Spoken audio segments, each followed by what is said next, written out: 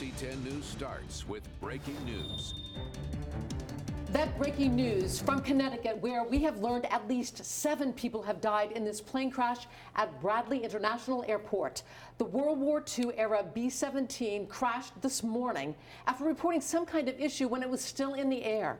The vintage plane is one of several at Bradley International, part of a traveling history exhibit. Good evening, I'm Patrice Wood. And I'm Gene Valicenti. The crash sent other flights bound for Bradley and Connecticut to TF Green in Rhode Island instead. Now, we spoke to some of the passengers, someone who was just on that same plane.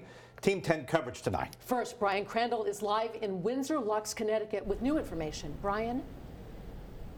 Patrice and Jean, again, at least 7 people killed after that old bomber plane crashed on the runway, hit a maintenance building behind me here and burst into flames.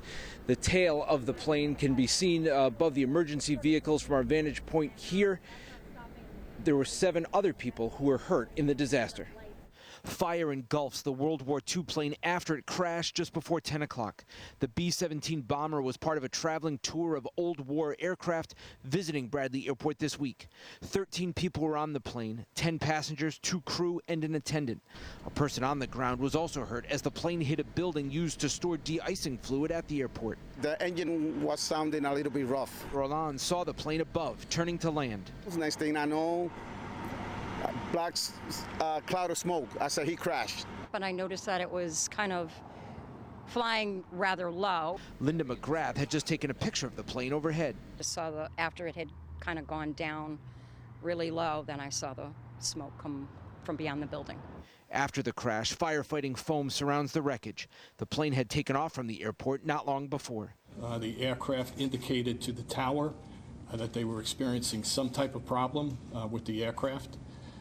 We did observe that the aircraft was not gaining altitude. The pilot then tried to bring the plane back in for a landing. It circled around the airport, but unfortunately, upon touchdown, the aircraft obviously lost control. The B-17 bomber is part of a collection of vintage warplanes owned by the private Collings Foundation in central Massachusetts.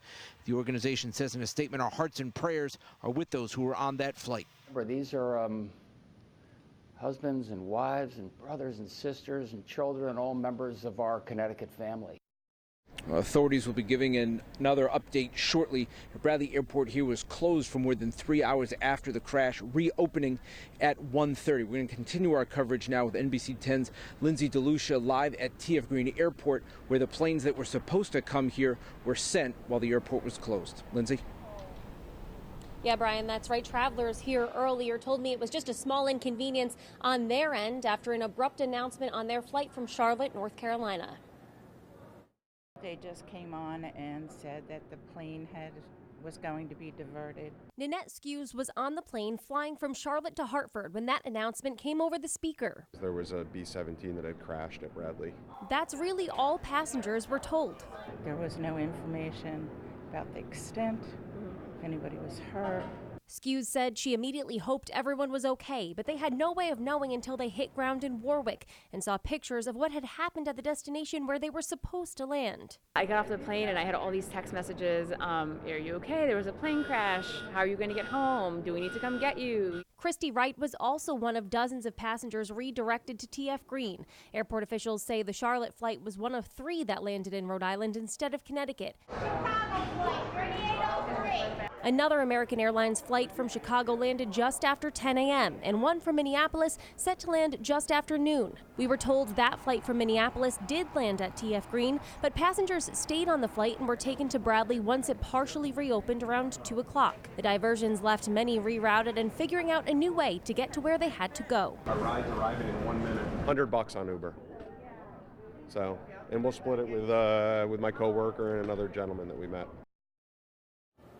American Airlines says 93 passengers were on that flight from Charlotte and 56 were on that earlier flight from Chicago. They do say that all of them found their way to their destinations, and the airline says that those passengers can submit their receipts to the airline if they would like to be reimbursed. We're reporting live in Warwick tonight. Lindsay DeLucia, NBC 10 News.